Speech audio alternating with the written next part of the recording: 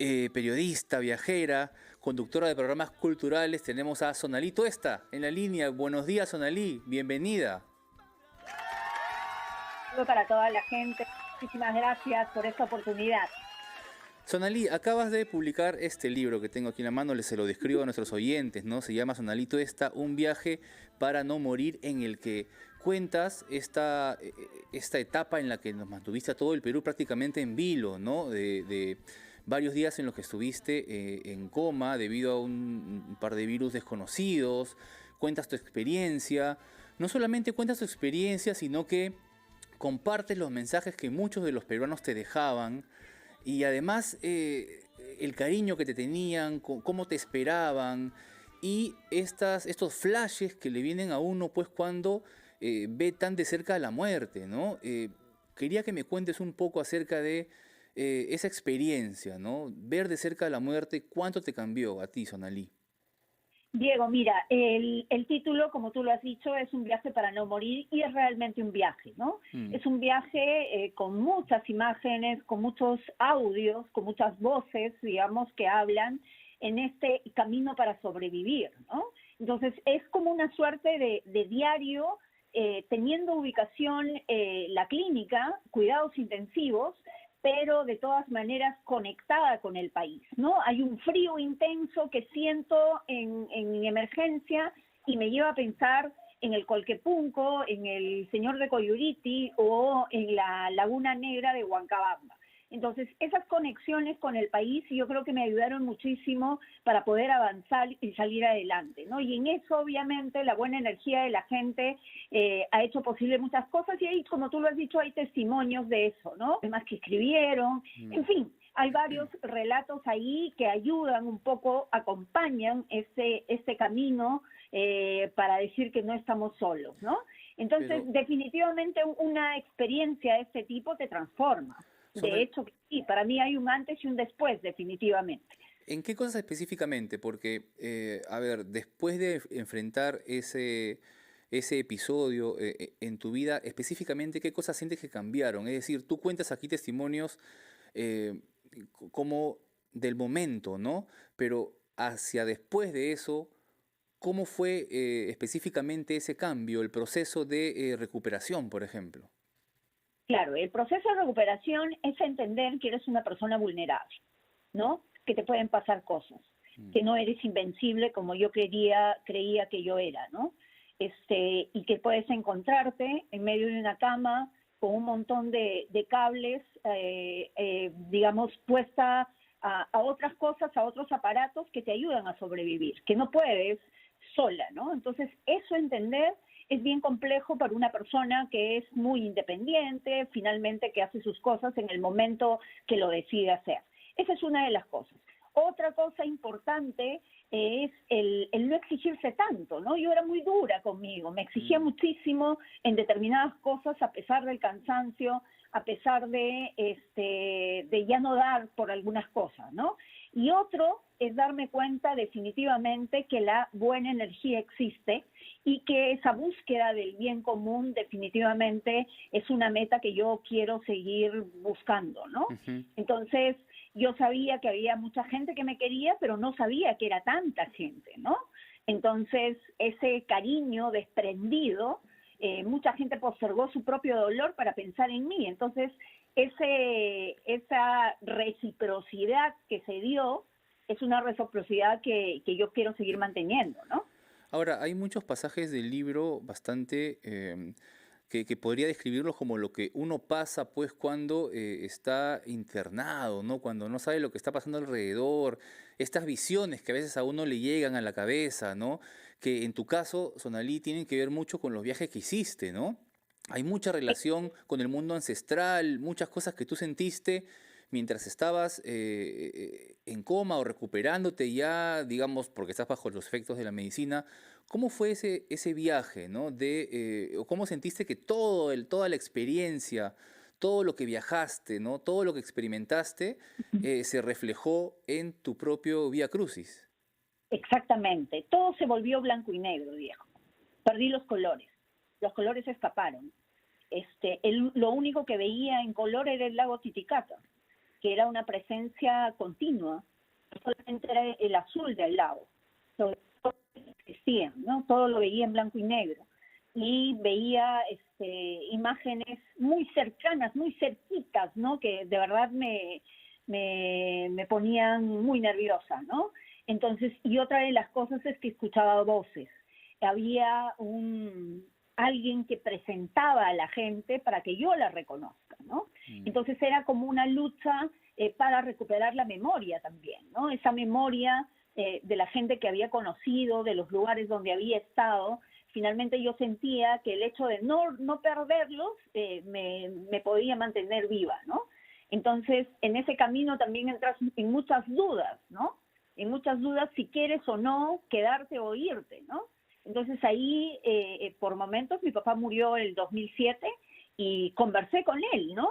En un momento sentí su presencia y hablé con él y finalmente llegó un momento en que decidí que yo tenía que seguir todavía, ¿no? Que no era el momento para terminar ese camino, ¿no? ¿Cuánto tiempo duró la elaboración de, o sea, a ver, claro, desde ese momento podemos cronológicamente contar, ¿no? Que estás publicando este libro este año, ¿no? Pero el proceso de elaborarlo, no sé si fue de inmediato, es decir, lo llevaste mientras te recuperabas, y fuiste tomando anotaciones, haciendo grabaciones, de repente algunos haciendo grabaciones de voz, ¿no? Para poder acordarse de de eso, o te tomaste un periodo de tiempo específico años después para poder escribir. Bueno, lo primero era esta lucha que continuó por mantener la memoria, ¿no? Así Mm. que comencé a escribir en distintos lugares lo que yo recordaba de lo vivido, ¿no? Las imágenes que me acercaban más a esos momentos, ¿no? El niño cabezón, la presencia de algunos amigos, de mi madre, de mis hermanos, ¿no? De mi padre, de mis hijos. Y poco a poco se quedaron ahí acumulados, digamos, sin norte, pues, ¿no? O sea, ¿dónde se quedan? Hasta que llegó un momento, más o menos un año después, en que decidí que esto tenía que tener forma de libro, ¿no? Entonces, poco a poco se ha ido escribiendo, se ha ido nutriendo, digamos, y se ha dado el momento para que sea hoy. Quizá hubiera sido el año pasado, pero en realidad creo que este es un momento para poder Claro, cerrar ciclos también, ¿no? claro. Eso me parece importante. Sí, este libro definitivamente cierra un ciclo. Además de toda tu experiencia, evidentemente, como periodista, como viajera, como conductora de programas, tuviste también una experiencia reciente y no puedo dejar de preguntártelo, Sonalí, como viceministra de Patrimonio Cultural, ¿no? Eh, Quería preguntarte cómo ves actualmente la gestión de cultura en el gobierno, ¿no? Acaba de haber un cambio, hemos tenido a Alejandro Salas como ministro de Cultura, aunque eventualmente vocero también del presidente. Pero ¿qué opinas tú de la gestión de cultura que ahora tiene una nueva ministra? Bueno, siempre es un reto, Diego. Siempre es un reto porque yo creo que lo que falta finalmente y no se ha hecho, se intentó, pero no se hizo, al menos cuando estuve ahí, esa era mi idea, mi meta, digamos, es hacer que realmente la cultura sea fundamental, que la cultura sea vista como motor de desarrollo y finalmente como transversal a todos los sectores, ¿no? Ujú. Entonces se la ve como una cuestión decorativa, como sin mucha importancia para la vida de la gente, entonces no se le da el debido protagonismo, ¿no? Entonces, si esto tendría, digamos, el protagonismo que debería tener, porque en realidad es fundamental, el tema de la cultura no se entiende a veces que está metida en salud, que está metida en vivienda, que está metida en todos lados. Ujú. Entonces yo creo que las cosas avanzarían con mucha más contundencia, Eso no ¿no? está pasando ahora, en tu opinión, entonces. Yo creo que eso ha pasado desde siempre.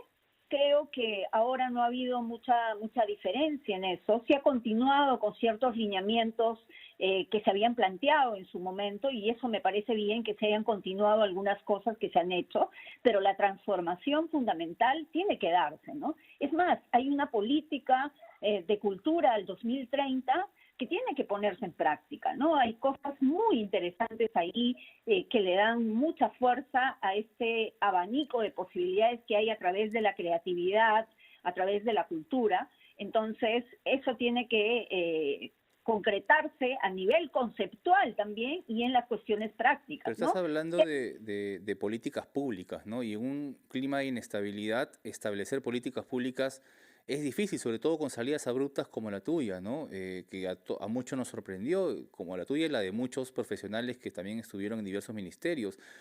¿Fue doloroso para ti salir de manera abrupta de este viceministerio? Bueno, en realidad se habían iniciado varias cosas, varias propuestas. Yo sabía que no iba a estar mucho tiempo, obviamente, por toda la inestabilidad y por todas las cosas que finalmente suceden en el gobierno, no solo en sino en la mayoría de gobiernos, pero sí fue sorpresivo, digamos, pero asumiendo también el hecho de que se hizo lo que se pudo en todo este tiempo, ¿no? Yo entré con la idea hacer lo que se pueda en el tiempo que tengas. Y eso es lo que hicimos. Y finalmente también me di cuenta que a pesar de lo lento del Estado, a pesar de lo burocrático, cuando hay compromiso, puedes hacer ciertas cosas. No lo que quisieras tal vez, pero sí puedes avanzar un poco, ¿no? Perfecto, Sonalí. El libro Sonalito está, un viaje para no morir. Cuéntanos rapidísimo dónde está disponible, dónde lo podemos conseguir para todos los oyentes. Bueno, Diego, muchísimas gracias. Lo pueden conseguir en todas las librerías, está en todas las librerías, así que ahí está el libro también. Si ingresan a la editorial Artífice Comunicadores, se van a encontrar con un link también. Ujú. Ellos les pueden hacer llegar el libro también directamente. Y bueno, ahí estamos. Está Sí, a 30 soles, me parece, incluido el envío. y hoy es el último día de la Feria del Libro, así que imagino que si se dan una vuelta, ¿no? Artífice Exactamente. Comunicadores pueden llevarse el libro de Sonalito está, un viaje para no morir. Un gusto, un placer conversar contigo, Sonalí. Qué bueno tenerte en Siempre en Casa. Conversemos más seguido y conversemos pronto de todas Perfecto. maneras. Muchas Gracias. gracias.